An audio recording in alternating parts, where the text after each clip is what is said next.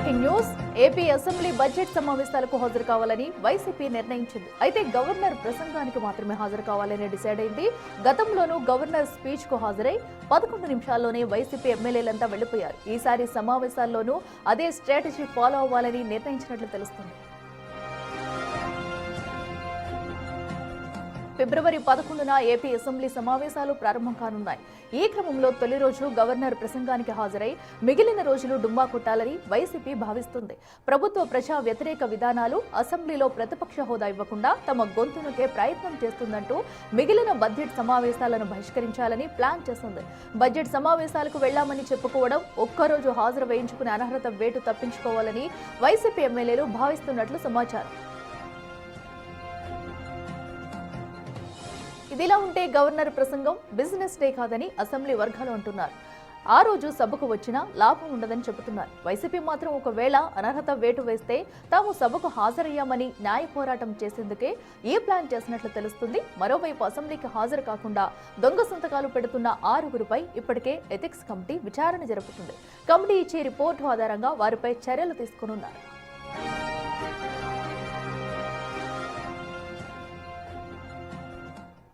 మరింత సమాచారం మా ప్రతినిధి శివ లైవ్ లో అందిస్తారు. శివ, చెప్పండి, రేపటి నుంచి ప్రారంభం కాబోయే అసెంబ్లీ సమావేశాలకు కూడా వైసీపీ కేవలం అటు గవర్నర్ ప్రసంగానికి వెళ్లనున్నట్టు డిసైడ్ అయినట్టు తెలుస్తుంది. మరి కేవలం రేపు ఒక్కరోజు వచ్చి ఆగిపోతారా, లేదంటే రేపు అటు వైసీపీ కార్యకర్తలతో కూడా మాజీ సీఎం జగన్ కూడా భేటీ అవ్వబోతున్నారు. మరి ఈ సమావేశంలో ఏమైనా నిర్ణయాలు తీసుకునే ఛాన్స్ ఉందనుకోవచ్చా? మొత్తం మీద చూసుకుంటే వైఎస్ఆర్సీపీ గత శాసనసభ సమావేశాల మాదిరిగానే అసెంబ్లీ బడ్జెట్ సమావేశాల్లో 11 నిమిషాల పాటు వాళ్ళు గతంలో ఉన్నారు. ఈసారి కూడా అదే పందాన్ని ఫిబ్రవరి 11 అంటే రేపటి నుంచి ప్రారంభమవుతున్న అసెంబ్లీ సమావేశాలకి 11 మంది వైఎస్ఆర్సీపీ శాసనసభ్యులు గవర్నర్ ప్రసంగానికి పాల్గొని ఆ తర్వాత వెళ్ళిపోవాలని చెప్పి నిర్ణయం తీసుకున్నారు. ప్రభుత్వ ప్రజా వ్యతిరేక విధానాలు, అలాగే వైఎస్ఆర్సీపీ ప్రతిపక్ష హోదా ఇవ్వలేదనే సాకుతో అసెంబ్లీ సమావేశాన్ని బహిష్కరించాలని చెప్పి వైఎస్ఆర్సీపీ దాదాపుగా నిర్ణయం తీసుకుంది.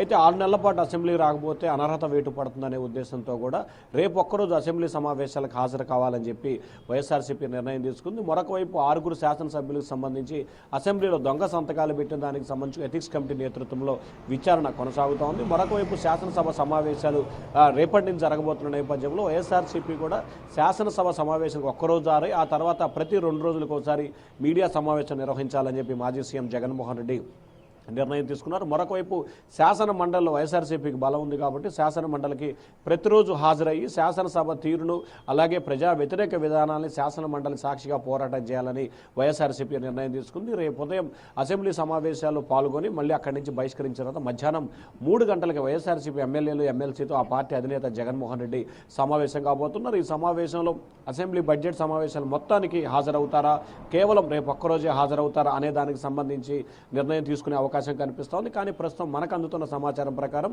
రేపు ఒక్కరోజే శాసనసభ సమావేశాలకు వైఎస్ఆర్సీపీ నేతలు హాజరయ్యే అవకాశం మాత్రమే కనిపిస్తూ ఉంది. అఖిల, శివ, ఏదైతే ఎటు చూసినా కూడా అటు వైసీపీ కుచ్చుబిగిస్తుందని చెప్పాలి. ఎందుకంటే ఒక పక్కన ఎవరైతే దొంగ సంతకాలు పెట్టారో వారిపై వేటు వేసేందుకైతే సిద్ధమవుతున్నారు. మరో పక్కన అయితే అసెంబ్లీకి రాకపోతే కూడా వేటు వేస్తామంటూ కూడా చెప్పుకొస్తున్నారు. అయినా కూడా ఎందుకు వైసీపీ తీరు మార్చుకోవట్లేదు? కేవలం ప్రతిపక్ష హోదా ఇవ్వలేనందుకే ఇటు సమావేశాలకు హాజరు కావట్లేదు అనుకోవచ్చా?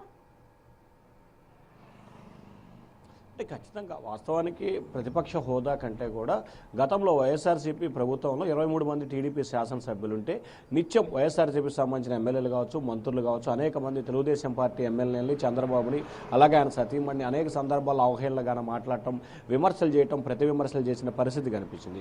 ఇప్పుడు తాజాగా కూటమి ప్రభుత్వం 175 నియోజకవర్గాల్లో 164 నియోజకవర్గాలు కైవసం చేసుకొని కేవలం 11 సీట్లే వైఎస్ఆర్సీపీకి రావడంతో నిత్యం విమర్శలు, అంటే దాదాపుగా చూసుకుంటే అసెంబ్లీలో మనం పాత భాష చెప్పాలంటే ఎక్కడ ర్యాగింగ్ చేసి ఇష్టానుసారంగా వ్యవహరించి తమ పరువుకి భంగం కలిగించే రీతిలో వ్యవహరిస్తారనే ఉద్దేశంతో మాత్రమే వైఎస్ఆర్సీపీ శాసనసభ సమావేశాలకి హాజరు కావట్లేదనేది ప్రధానంగా ఆ పార్టీలో చర్చ కొనసాగుతోంది. ఎందుకంటే గతంలో వైఎస్ఆర్సీపీ ఎమ్మెల్యేలు కావచ్చు, మంత్రులు కావచ్చు, ప్రజాప్రతినిధులు కావచ్చు, శాసనసభలో టీడీపీ నేతలు చంద్రబాబుపై ఇష్టానుసారంగా వ్యవహరించిన తీరు కావచ్చు, అలాగే 23 సీట్లు వచ్చిన దానికి కారణానికి సంబంధించి విమర్శలు చేసిన పరిస్థితి కావచ్చు, ఇట్లా అనేక సందర్భాల్లో గతంలో వారు చేశారు. కాబట్టి మళ్ళీ ఇప్పుడు టీడీపీ వాళ్ళు అదే పందాన్ని కొనసాగిస్తే తమ పరిస్థితి ఇబ్బందికరంగా ఉంటుందనే ఉద్దేశంతో ఆ పార్టీకి సంబంధించిన ఎమ్మెల్యేలు అసెంబ్లీకి హాజరు కావట్లేదని కూడా తెలుస్తూ ఉంది. అఖిల, ఏ శివ, ఏదైతే ఇప్పటికే చూస్తున్నాం ఏపీలో రాజకీయ పరిస్థితులు ఎలా ఉన్నాయనేది కూడా అరెస్టుల పర్వం కొనసాగుతుంది. ఒక పక్కన ఒకరిపై ఒకరు విమర్శలు చేసుకుంటున్నారు. ఓకే, బయట ఉండే వైసీపీ వాళ్ళైతే ఇప్పటికే ప్రశ్నిస్తున్నారు. అలాంటిది ఇప్పుడు ఛాన్స్ వచ్చింది కదా, ఒక ఛాన్స్ వచ్చింది. అలాగనే సమావేశాలకు వెళ్ళి ప్రశ్నించే హక్కు కూడా ఉంది కాబట్టి సో ఎందుకు మీరు డొమ్మా కొట్టాలనుకుంటున్నారు? ఎందుకంటే రేపు జరగబోయే సమావేశంలో ఏమైనా నిర్ణయాలు మార్చుకునే ఛాన్సెస్ ఉంటాయనుకోవచ్చా? అంటే దాదాపుగా అసెంబ్లీకి సంబంధించి ఒక్కరోజు మాత్రమే వెళ్ళాలని ఆ పార్టీ దాదాపుగా ప్రాథమిక నిర్ణయం తీసుకుంది.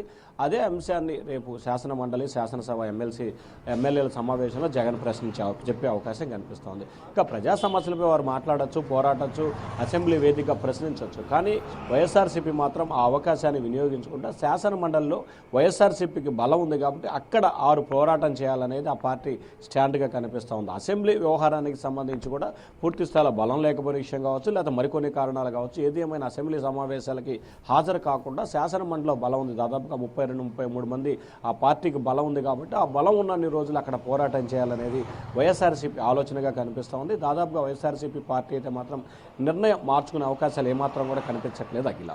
Right Shiva, thank you.